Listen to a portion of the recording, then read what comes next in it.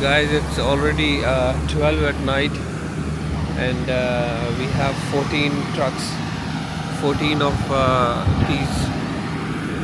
these trucks, and until now we only received, I think, around 6. Let's see. The work is going fine, alhamdulillah. Light is less, but we are managing. My dad was here, sitting here. He came to check my concrete work. That is Mr. Salih there, if you guys can see him.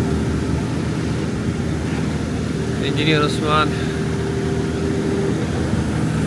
Lala, that is my favorite guy. May Allah subhanahu wa ta'ala bless me with his visa. Rest of them are working. These Afghanis are good, mashallah. Engineer Usman is extremely busy, and look at this guy with the pump, like mashallah, quite smooth if you can see him clearly. This one who is walking on top of the steel. Everybody is extremely busy, like way too occupied.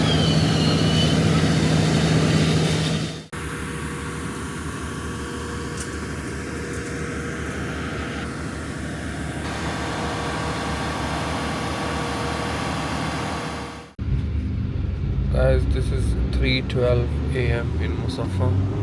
Still, look at the traffic. Like, there is people around, and stuff is open as well.